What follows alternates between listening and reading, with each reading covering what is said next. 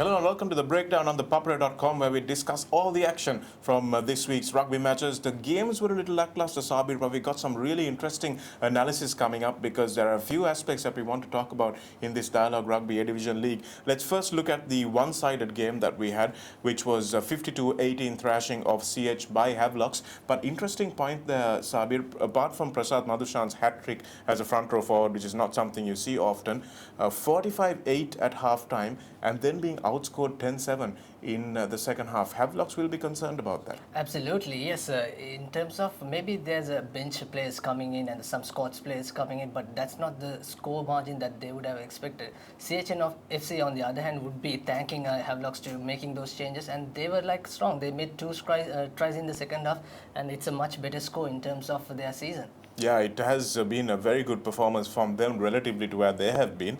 Then we had another exciting game between Air Force and Navy. It's finished 15 points to 17. Navy winning that one in the end. Sabir, you watched that one. How did it go?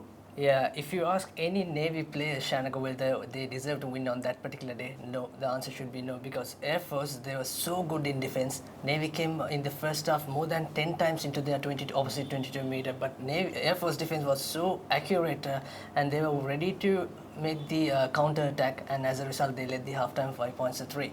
Yeah, it was a very good performance. Omalka Gunaratha making a lot of running for Navy, but somehow he goes missing in the bigger games, Sabir. We need to see him actually stepping up in the big games, isn't it? It's not only Omalka making those yards, he's not getting enough support from the back row players and also from the line players. That's why he mostly get isolated and sometimes he concedes the turnover. And also, talking about Navy's attacking game, Shanaka, they are trying to get a lot of long passes from breakdown, get it to the first receiver and a long pass. So that's not accepted because they're only going for one or two faces. So as a result, Air Force getting or turning over the ball. They need to, even Linda in the commentary box, she was like screaming and she was so frustrated. Luckily the camera is only on that side. It's not into the commentary box. Because they need to get more faces. We didn't see, if you see the Wales versus Ireland game, how many faces that they made in the first few minutes.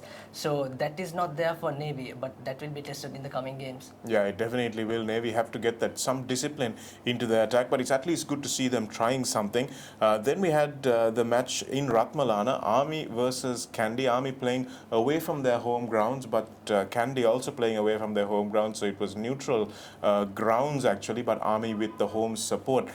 It was 12 points to nil at halftime, and then suddenly it was 12 points to 9, Sabir. Did Kandy feel that they might be losing this one? Surely the panic would be there, but it's all about then again in the latter part, it's their experience, isn't it? Srinath Surya Bandara playing in the fullback and playing along with Vishwamitra Jasing. I think that's a good combination. Maybe you might be surprised why he's not playing at the fly half. But Army, you cannot underestimate Army. If you look at the whole season, probably they are the side to watch, Shanaka. But the fitness was an issue early on, like we discussed. Even the first round game, where in Nitavela, we predicted a much closer game, but it didn't happen.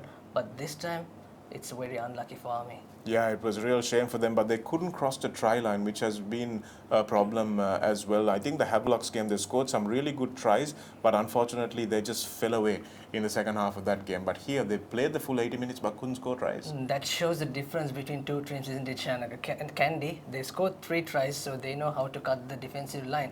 And also another example showing, talking to this segment, Shanaka, Wales versus Ireland game, so impressed with that. The first 12 minutes, Ireland into the opposite territory so many times. Wales made 41 tackles and they didn't miss a single tackle. Yeah, the defense was really outstanding on in that Six Nations game.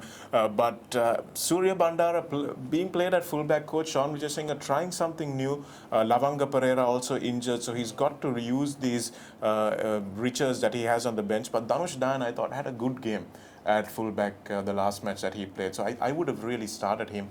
And perhaps think about Suri at fly half as well. If you've got someone you need to move to outside centre, that's Nigel Rathwatha who can play up that position also because he's such a good utility back. And Suri's got this ability to break defences and that running takeoff and acceleration that Fazil Marija has. So putting Roshan Veeraratne and Surya Bandara at the halves combination is something that I would definitely consider. Yeah, we never know. It might happen in the Sia game because we have seen Surya also making those breaks so many times. So we'll wait and see for that game.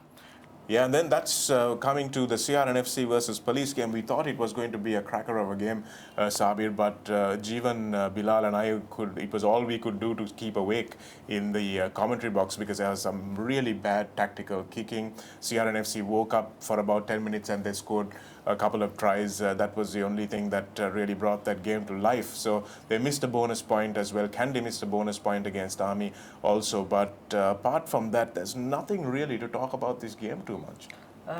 For me, Shanaka, even you all mentioned this in the commentary, even Bilal mentioned that police team, Reza Mubarak should have started because he's the number one kicker in the island because he's a rough and he got 2 penalty kicking options. It didn't go well. They would have been 6-0 up at that stage. Exactly. So early momentum, early points, that's what your team need. Especially when you come into the second half, Shanaka, even if you have the number one kicker, but it's not, most of the time you're not going into the post. You're thinking about time is running out, that mental attitude, and you're kicking those penalties into touch. So that is the first mistake that police made, I think. Yeah, I think so. They've been really hit by injuries. Rehan Veerakon unfortunately suffering an injury just a couple of days before the game. So Mohammad Afzal had to start at fly half. Bilal Hassan also nursing a shoulder injury, so they're not able to play him either. Henry Terrence starting from the bench. Once he came on, it looked like there was a little bit more go forward to that police side, but there's very little happening. I think Musin Falil created the only try that they actually scored, and for Sia as well, despite all the ball that they had, it was not a good enough performance from them. It's not a good enough. Looking at the first half score, it's around 6-0. But second half, a little bit momentum came, but it's also against the police mistakes. Chula Susanda not making really good decision in the centre field. He had a situation where he had 3 people outside. He didn't pass. He just went inside to the channel, and as a result, he turned over the ball. So those are the things that they have to look at it. But these changes, Shan, positional changes, it's not really acceptable. Like you play this week a scrum half, you play this week fly half, you play a wing. Look at Sudham Surya. He was moved into wing. He made the 2 vital knock-ons. He had chances, but 2 vital knock-ons from a scrum half. So yeah, that is a big problem, and Sia had to face the same issue as well. Ashan Dikasa starting at 13, then had to move in because Tarinder Ratwata was not his usual self on his first start. But I thought this was a game that Sia early on looked like they were going to win, so they might have kept Tarinder on, given him some game time, because now moving up to games against Kandy and Havelocks, are you going to bring him in under pressure in those games? So that's the question that Coach Imti has to ask himself. Absolutely, and also Roshan Hettiarachi might play the next game against Kandy, but that will be a tester because also talking about this game, Shanaka, we have seen so many knock-ons, not only the Sia Police game, even the Army Kandy game, even the Air Force Navy game. So many knock-ons under pressure. Why this is happening? Are they not training enough in the training? Are they not training with contest in the practices? Well, I think it's a factor of things, Sabir. I think one thing is that the players are tired now. I think a lot of the coaches in Sri Lanka, they overtrain players. I think at this level where you're semi-professional, you think you need to train maybe 2 or 3 times a week, do your gym sessions maybe once a week, and focus on things like recovery, agility, all that sort of thing. And the problem I'm seeing is that players are actually going with really hard hands at the ball. So that's something that they talk about in cricket as well, having hard hands, and that just shows that you're a little bit tired. And that's one aspect of things. The other aspect is you're absolutely right. They're not performing the basic skills often enough in training, because when the coaches have the players, sometimes you don't have the same guys at practice on Tuesday that you had on Monday. So you need to do things over and over again. You need to do your scrums and lineouts over and over again. So you can't spend enough time doing the basic skills, which is just catch and pass, catch and pass, catch and pass. If you watch even All Black training sessions, they spend a good 20 minutes on those pure core skills. So that's something that coaches in Sri Lanka really need to start focusing on. Absolutely, and also I think the second round matches should be started at 4:30. It's so humid at 4 o'clock. The players coming for warm up at 3:15. It's so humid. You can't really losing your absolutely. I think we saw that in the Police versus Sia game. They were out there for a warm up for about 45 minutes. By the time they got onto the pitch, they could barely run to the middle. You know, so that's something I think also that people need to adapt. It's all well and good to have these long, elaborate warm ups in cold countries, like England or New Zealand, where it's a winter game. But here, when it's played in this sort of heat, you need to adapt. And those are the four-match analysis that we have. And moving on to the top try scorer, point scorer list, once again, Bilal Hassan and Yoshida Raj for 8 each. I don't think they are going to play the remainder of the season. And Sashan Mohammed scored 1 try last week, so he's moved up to 7, along with Fazil Marija and Lavanga Pereira. Also in the points, Tilna Veerasinghe was outstanding. Shanaga 95 points, Gayan Salinda with 87 points, and Prince Shamara moving into third position, 83 points. And the next week prediction, Shanaga. Yeah, well, it's going to be an interesting couple of games, isn't it? Because you've got Police versus Havelocks, and that's at Police Park. So Police at home might be able to pull off a win. You never know, because they managed to beat Navy there, and Havelocks have been, again, looking a little tired. So by scoring only that 7 points in the half against CH, we don't know what that was, what the actual reason for that was. So looking at Police to try and pull off an upset there, but Havelocks will be the favourites.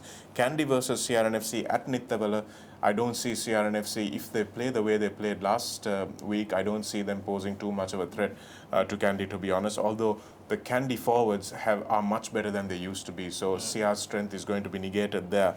And Army versus Navy, that's going to be an important one at Diagame as well. I would back Army to win that one. Yeah, they did beat Navy in the first round. 18-19 was the score, so we never know. And also not much changes in the points table, Shanaka. Kandy stands on top as they did for the last 11 weeks, and only one change in the points table is that Navy came to 4th position and Police moved to 5th position. So we hope there won't be any change for the next week as well. Well, there might be, Sabir, if CRNFC do Havelocks a favour and beat Kandy this weekend, then we might see CR actually going into 2nd position. Who knows? So lots of things could happen. We'll wait and see, and that's all we have in the breakdown segment for the week 11 of Dialog Rugby League. And see you next week. I'm signing off along with Shanaka Singh.